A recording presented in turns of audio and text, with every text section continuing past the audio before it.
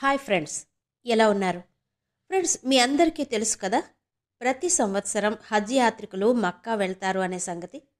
Friends, మీకు తెలుసా, ఈ అరబ్ దేశాలు ప్రతి సంవత్సరం హజ్ ద్వారా సుమారు $8 బిలియన్, అలాగే ఉమ్రా ద్వారా $4 బిలియన్ వ్యాపారం చేస్తుంటారని ఆశ్చర్యంగా ఉంది కదూ.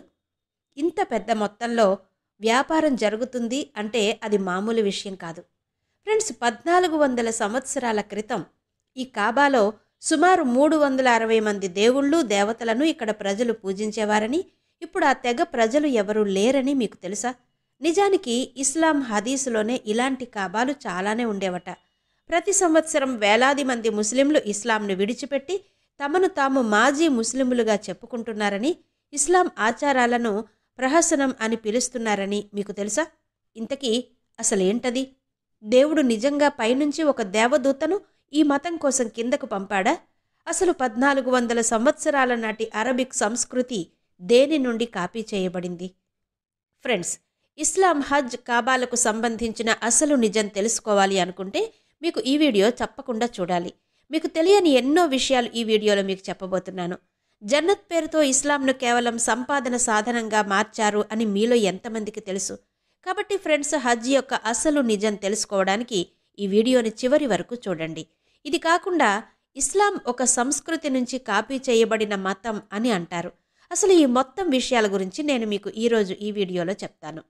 ఫ్రెండ్స్, వీడియోని చివరి వరకు స్కిప్ చేయకుండా చూడండి. అంతకంటే ముందు మీలో ఎవరైనా మా ఛానల్ని సబ్స్క్రైబ్ చేసుకోకపోయి ఉంటే గనక వెంటనే సబ్స్క్రైబ్ చేసుకోండి.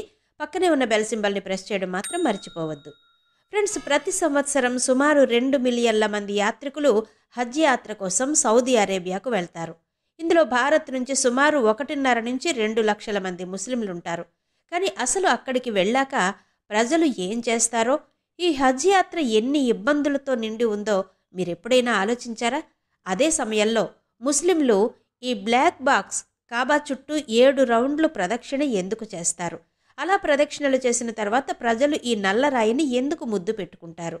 ఇబ్రహీం నిజంగానే స్వర్గం నుంచి ఈ రాయిని కిందికి అంటే ఇక్కడికి తీసుకొచ్చాడా? లేక విశ్వాసం పేరుతో ప్రజలను మభ్యపెట్టే వేరే ఏదైనా మార్గమా? తెలుసుకుందాం. ఫ్రెండ్స్, ఈ హజ్ అంటే అసలు ఏంటి? అలాగే దీనికోసం ముస్లింలు ఎటువంటి పద్ధతులు అవలంబిస్తారు? ముందు దీన్ని మనం అర్థం చేసుకుని ఆ తర్వాత అసలు నిజానిజాల్లోకి వెళ్దాం. అసలు ఈ ఆచారాలు ఎక్కడి నుంచి కాపీ కొట్టారు? ఫ్రెండ్స్, ముస్లింలకు హజ్ చాలా ముఖ్యమైంది. ఇది ఇస్లాం యొక్క 5 విధులలో ఒకటి. ఇస్లాం యొక్క 5 విధులు కల్మా, నమాజ్, రోజా మరియు జకత్, మరియు ఇస్లాం చివరి 5వ కర్తవ్యం హజ్. హజ్ అనేది అరబిక్ పదం.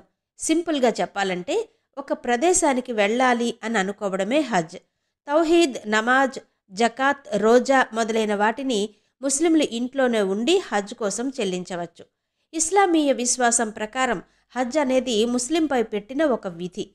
ప్రతి ముస్లిం తన జీవితంలో ఒకసారి అయినా దీనిని చెయ్యాల్సి ఉంటుంది. ఇస్లాం పవిత్ర గ్రంథమైన సూరా ఆల్ ఇమ్రాన్లో 96వ శ్లోకంలో ముస్లింలందరికీ ఈ ఆజ్ఞ ఇవ్వబడింది. ప్రజల ఆరాధన కోసం నిర్మించిన మొదటి ఇల్లు ఈ మక్కా నగరంలో ఉన్న కాబా. అలాగే 97వ శ్లోకంలో ముస్లింలందరూ హజ్ చేయగలిగిన వారు మక్కా చేరుకున్న తర్వాత హజ్ చెయ్యాలని ఆదేశించారు. హజ్ చేయడానికి ప్రధాన కారణం ఇది అల్లాహ్ ఆజ్ఞ మరియు ఇది ఇస్లాం యొక్క 5 ముఖ్యమైన స్తంభాలలో ఒకటి. ఇది అల్లాహ్కు చాలా పవిత్రమైన ప్రదేశం. హజ్ యాత్రకు ప్రపంచం నలుమూలల నుంచి ముస్లింలు తరలివస్తారు. మక్కా చేరుకున్న తర్వాత ముస్లిం ప్రజలు అనేక ఆచారాలను పాటించాల్సి ఉంటుందని, ఆ తర్వాతే వారికి జన్నత్ వచ్చినట్టు ధృవీకరణ పత్రం లభిస్తుందని చెప్పారు. మక్కా వెళ్లిన తర్వాత యాత్రికులు హజ్ కోసం ప్రత్యేక దుస్తులు ధరించి మక్కాలోకి ప్రవేశించవలసి ఉంటుంది. ప్రతి ఒక్కరూ పూర్తి తెల్లని బట్టలు వేసుకుని రావాలి. కాబా చుట్టూ ప్రదక్షిణలు చేయడం, అరాఫత్ మైదానంలో ఉండడం, సఫా మరియు మార్వా పర్వతాల మధ్య పరిగెత్తడం, దెయ్యంపై రాళ్లు విసరడం, జంతువులను బలి ఇవ్వడం మరియు శిరోముండనం చేయడం లాంటివన్నీ ఇందులో ఉంటాయి. ఈ ఆచారాలన్నీ పాటించిన తర్వాతే ప్రయాణం పూర్తయింది. ఇది కాకుండా ముస్లింలకు మరొక ముఖ్యమైన ఆచారం ఉంది. హజ్ సమయంలో కాబా చుట్టూ ప్రదక్షిణ చేసిన తర్వాత కాబాలో ఈ నల్లరాయిని ముద్దు పెట్టుకోవడం. ముస్లింలు ఈ కాబాను స్వర్గం నుండి వచ్చిన దేవుడి బహుమతిగా భావిస్తారు. ముస్లింలు ఈ రాయిని ముద్దు పెట్టుకోవడం ద్వారా దేవుడికి కృతజ్ఞతలు తెలుపుతారు. ఖురాన్లో ఈ రాయి ప్రస్తావన లేనప్పటికీ హదీసులో దీని గురించి ప్రస్తావించబడింది. ఇస్లాంను విశ్వసించేవారు మొదట ఖురాన్ను, ఆ తర్వాత హదీస్ను నమ్ముతారు. ఈ పవిత్రమైన నల్లరాయి గురించి హదీసులో ప్రస్తావించి దాని ప్రాముఖ్యతను చాలా చక్కగా వివరించారు. అనేక హదీసుల్లో ఈ రాయి ఇప్పటికీ సజీవంగా ఉందని చెబుతారు. దీని ప్రకారం ప్రవక్త ఈ రాయిని దేవుని కుడిభుజంగా భావించారట. ప్రవక్త ఈ రాయిని ముద్దు పెట్టుకున్నారు కాబట్టి ముద్దు పెట్టుకోవడం ఆనవాయితీగా మారింది. కానీ రాను రాను లక్షలాది సంఖ్యల్లో భక్తులు రావడం వలన ఈ కాబాని తాకడం, ముద్దు పెట్టుకోవడం అందరికీ సాధ్యం అవడం లేదు. అందువలన యాత్రికులు ఇప్పుడు ఈ రాయి కోసం ప్రార్థిస్తారు. అందువల్ల ఈ సంప్రదాయాలన్నీ ఇస్లాంలో అనుసరించబడతాయి. కానీ మీకు తెలుసా, ఈ మొత్తం ఆచారాలు కూడా ఒక సంస్కృతి నుండి కాపీ చేసినవని నమ్మడం లేదు కదూ. కానీ ఇది చాలా నిజం. చాలామంది ముస్లింలు కూడా ఇది నిజమే అని చెప్తారు. అదే సమయంలో ఇతర మతాల వారు కూడా ఇస్లాంను కేవలం కాపీగానే భావిస్తారు. అరేబియా యొక్క పురాతన సంస్కృతి అనేక వాస్తవాలు మరియు సాక్ష్యాల ద్వారా నిజమని నిరూపించబడింది. ఇస్లాం యొక్క ఈ ఆచారాలన్నీ అబద్ధం మరియు నిరాధారమైనవని బహిరంగంగా పేర్కొన్న చాలామంది ముస్లిం ప్రజలున్నారు. వీరందరూ కూడా తమను తాము ఎక్స్ ముస్లింలు అని పిలుచుకుంటారు. వాస్తవానికి ఇస్లాం పూర్తిగా కాపీ చేయబడిన మతమని ఈ ప్రజలు చెబుతారు. దీనిని ఆనాటి అరబిక్ సంస్కృతి కూడా ధృవీకరించింది. ఫ్రెండ్స్, అరేబియా ప్రజలు ఆరాధించే ఈ కాబాలో సుమారు 360 దేవుళ్ళు మరియు దేవతల విగ్రహాలు ఒకప్పుడుండేవని మీకు తెలుసా? కానీ మహమ్మద్ ప్రవక్త ఇస్లాం మతాన్ని సృష్టించినప్పుడు ఇక్కడే ఉన్న ఈ విగ్రహాలన్నింటినీ ధ్వంసం చేసి దాని స్థానంలో ముస్లింలు ప్రదక్షిణ చేసే ఈ కాబాను ఏర్పాటు చేశారని చెప్తారు. అయితే నిజమేంటంటే, పూర్వం అరేబియా ప్రజలు తమ దేవుళ్లను పూజించడానికి ప్రదక్షిణలు చేసేవారు. ఆ తరువాత మహమ్మద్ ప్రవక్త ఇస్లాం మతాన్ని ఆచరించారు. అంతేకాదు, కాబా గురించి గట్టిగా మాట్లాడితే ఆ కథ కూడా పూర్తిగా అబద్ధమని రుజువవుతుంది. వాస్తవానికి కాబా మానవుల మొదటి ఆరాధనా స్థలమని ఖురాన్లో చెప్పబడింది. తర్వాత ఇబ్రహీం దీనిని తిరిగి మార్చాడు. కానీ సరిగ్గా గమనిస్తే ఏ చరిత్ర పుస్తకంలోనూ ఇబ్రహీం ప్రస్తావన లేదు. పురావస్తు ఆధారాలు లభ్యం కాలేదు. ఇది కేవలం కల్పిత పాత్ర మాత్రమే అని మనకు అర్థమవుతుంది. వాస్తవానికి ఇస్లాంకు ముందు అరేబియాను పరిపాలించిన అరేబియన్ తెగలు దీనిని సవరించాయి మరియు వారు తమ ఆరాధన కోసం ఈ నలుపు రంగు కాబాను తయారు చేసుకున్నారు. క్రీస్తు శకం 620లో మహమ్మద్ ప్రవక్త ఆయన ఆచారాలను గిరిజనులు వ్యతిరేకించడంతో ఇస్లాం అసలు కథ మొదలైంది. అందుకే మహమ్మద్ ప్రవక్త మక్కాను వదిలి మదీనాకు వెళ్ళిపోయారు. దీని తర్వాత మహమ్మద్ తన ఇస్లామిక్ ఆలోచనను మదీనాలో వ్యాపింపచేసి చాలా పెద్ద సంఖ్యలో ప్రజలను ఈ మతంలోకి చేర్పించాడు. ఆ తర్వాత క్రీస్తు శకం 630లో మహమ్మద్ మళ్లీ మక్కాకు వచ్చి మక్కా గిరిజనుల దగ్గర ఉన్న 300 విగ్రహాలను ధ్వంసం చేయించాడు అని చెప్తారు. ఆ తర్వాత బలవంతం మీద ఆ గిరిజనులు ఇస్లాం మతంలోకి బలవంతంగా రప్పించారు. తద్వారా ఇస్లాం మతం ప్రారంభమైంది. అయితే అప్పటి నుంచి ఏ ప్రవక్త పుస్తకంలోనూ ఇబ్రహీం ప్రస్తావన చేయలేదు. అరేబియాలోని ప్రాచీన తెగల ప్రజలను మహమ్మద్ ప్రవక్త బలవంతంగా ముస్లిం మతంలోకి మారిపోయేలా చేశాడు. ఆ తర్వాత అరేబియాలో ఇస్లాం ఆవిర్భవించింది. ఇది నేడు దాదాపు ప్రపంచవ్యాప్తంగా వ్యాపించింది. ఇస్లాం యొక్క ఇతర సంప్రదాయాలు మరియు ఆచారాల విషయంలో కూడా ఇదే జరుగుతుంది. ఇది అరబ్ తెగల జీవనం మరియు సంస్కృతి యొక్క ఫలితం. ఉదాహరణకు, ఇస్లాంలో అమాయక జంతువులను బలి ఇచ్చే ఆచారం ఉంది. దీనిని ప్రతి ముస్లిం అనుసరిస్తాడు. అయితే ఈ సంప్రదాయం అరబ్ తెగల ఉత్పత్తి కూడా. ఉదాహరణకు, అరేబియా ఒక ఎడారి ప్రాంతం మరియు అక్కడ చాలా తక్కువ చెట్లుంటాయి.